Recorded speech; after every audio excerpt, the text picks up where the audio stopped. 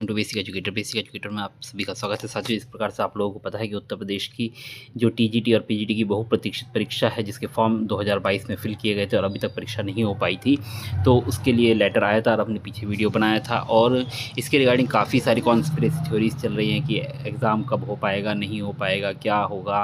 कुछ लोग कह रहे हैं कि अप्रैल में होगा जाकर। तो मैं आपको बता दूं कि देखिए, परीक्षा कभी भी हो, अब ये परीक्षा होनी है। फ़िलहाल इतने बड़े डिनाइल में ये परीक्षा नहीं रहेगी जैसे कि 2022 से परीक्षा डिनाइल में चली गई थी। आयोग विघटित हो गया था। जिस प्रकार से आप लोगों को पता है कि ये माध्यमिक शिक्षा सेवा चयन बोर्ड इस परीक्षा को कराता था, बट अब उत्तर प्रदेश शिक्षा सेवा चयन आयोग इस परीक्षा को कराएगा। तो बोर्ड डिसमेंटल हो गया था, फिर नया बोर्ड बना है। तो अब ये अगर कार्रवाई शुरू हुई है तो ये परीक्षा हो जाएगी, इतना कन्फर्म है। अब इसमें कोई भी डिनाइल वाली स्थिति में सरकार या आयोग नहीं है। तो इसके रिगार्डिंग जब प्रोसीडिंग्स शुरू की गई हैं तो ये परीक्षा होनी है। और आपको किसी भी प्रकार के भ्रम में नहीं रहना है कि ये परीक्षा पहले की तरह जैसे 2 साल टल गई थी अभी भी टलती रहेगी, साल के मिड तक होगी, ऐसा कुछ नहीं है।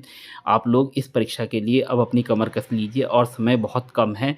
ऑलमोस्ट आपके पास मतलब 2 महीने भी, अगर मैं जनवरी मिड तक भी मान के चलूँ। देखिए, इसमें ये बोला गया है कि आपके दिसंबर के 3rd वीक से लेके मतलब 4th वीक से लेके, और आपका जो ये परीक्षा है दिसंबर के 3rd वीक से लेके जनवरी के 2nd वीक तक करवाने के लिए बात कही गई है। तो मैं मान के चलता हूँ कि ये दिसंबर सपोज़ परीक्षा जो है दिसंबर के 3rd वीक में आयोजित नहीं भी हो पाती है, तो आप मान के चलिए कि जनवरी में ये परीक्षा आयोजित करवा ली जाएगी। क्योंकि आपको पता है कि परीक्षा का थोड़ा मसला ये आ गया है कि उत्तर प्रदेश में नए सेंटर की जो पॉलिसी आई है उसके अंतर्गत सेंटर कम मिल पाते हैं, तो सेंटर को ऑर्गेनाइज़ करना थोड़ा मुश्किल हो जा रहा है सरकार के लिए वर्तमान में। जैसे कि आपने पीसीएसई आरओ की परीक्षा के दौरान देखा, तो सेम वही क्राइटेरियाज़ वगैरह जो है अन्य आयोगों के लिए भी रखा गया है, तो सेंटर मिल पाना थोड़ा मुश्किल हो पा रहा है। बाकी आप मान के चलिए तो द्वितीय सप्ताह में ये परीक्षा नहीं हो पाई, क्योंकि आपको पता है कि दिसंबर के द्वितीय सप्ताह में, क्योंकि 22 तारीख को आपकी जो उत्तर प्रदेश लोक सेवा आयोग की जो पीसीएस की परीक्षा है वो प्रस्तावित है। तो उसका तो होने का सवाल ही नहीं उठता है, मतलब द्वितीय सप्ताह में कोई भी परीक्षा होने का। बाकी उसके बाद जो 4th वीक है या जनवरी का 1st वीक या 2nd वीक, यानी कि 3 संडे आप मान के चलिए, उस दौरान आपकी परीक्षा आयोजित करवाने की बात चल रही है और हो भी सकती है। तो मैं अगर लेट से लेट भी लेके चलूँ तो मिड जनवरी तक अगर मैं लेकर चलता हूँ, इस परीक्षा को मान के भी चलता हूँ, तो तब भी आपके पास 2 महीने से कम का समय बचता है। तो आप लोग इस परीक्षा के लिए अब अपनी कमर कस लीजिए।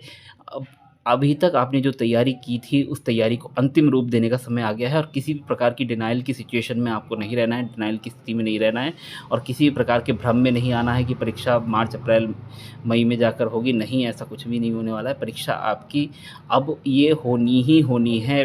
बोर्ड एक्टिव हो चुका है, सारी प्रोसीडिंग्स आगे बढ़नी शुरू हो गई है, तो अब ये परीक्षा होकर ही रहेगी। इसमें अब कोई भी मतलब संशय की स्थिति नहीं है। तो आप लोग जो भी उत्तर प्रदेश के साथी हमारे साथ जुड़े हुए हैं, और मैं बताऊं कि उत्तर प्रदेश के ये मतलब ऐसे साथी हमारे साथ जुड़े हुए हैं कि 2022 में जब उन्होंने फॉर्म फिल किया था तो नवोदय के फॉर्म इसके साथ फिल हुए थे। उनमें से बहुत सारे साथियों का नवोदय में हुआ है सिलेक्शन। फिर 2022 के दिसंबर में केवीएस का फॉर्म आया था, तो केवीएस में भी उन बहुत सारे साथियों का सिलेक्शन हो चुका है।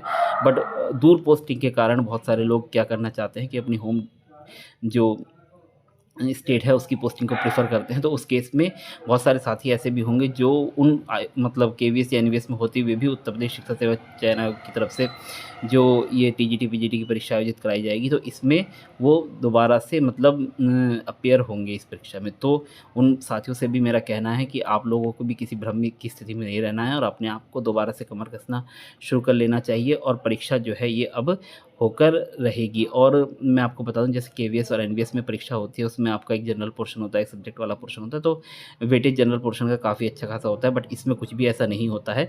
इसमें आपका 125 नंबर की परीक्षा होगी, तो 125 नंबर की ही जो आपका पूरा सब्जेक्ट आता है वो सब्जेक्ट ही आता है और कुछ नहीं आता है। तो आपको अपने सब्जेक्ट पर अच्छी कमांड चाहिए इस परीक्षा को पास करने के लिए।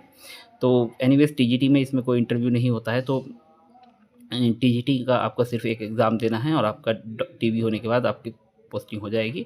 और पीजीटी में आपका इंटरव्यू भी होता है, तो पीजीटी का प्रोसेस थोड़ा लंबा चल सकता है, बट बाकी जो टीजीटी का प्रोसेस है वो काफ़ी जल्द ही फिनिश हो जाएगा। अगर जनवरी मिड तक हम इस परीक्षा को आयोजित करवा मान लें, तो हम मार्च अप्रैल तक अपनी जॉइनिंग भी एक्सपेक्ट कर सकते हैं। तो आप लोग मान के चलिए कि आपको इस एग्ज़ाम के लिए अब तैयारी शुरू कर देनी है। बाकी इसके रिगार्डिंग कोई भी अपडेट्स अगर इलाहाबाद से हमको मिलती है, प्रयागराज से हमको प्राप्त होती है, तो हम आपको बेसिक एजुकेटर पर सबसे पहले अवगत कराएँगे। तो आप लोग बने रहिए बेसिक एजुकेटर के साथ। यूपी टीजीटी की जो भी खबरें होंगी पूरी प्रामाणिकता के साथ और सबसे पहले आपको बेसिक एजुकेटर पर ही मिलेंगी। तो यूपी टीजीटी पीजीटी की जो भी साथी है बेसिक एजुकेटर के साथ जुड़े रहिए। चैनल को सब्सक्राइब कीजिए, वीडियो को लाइक कीजिए और अपने साथियों के साथ शेयर भी कीजिए।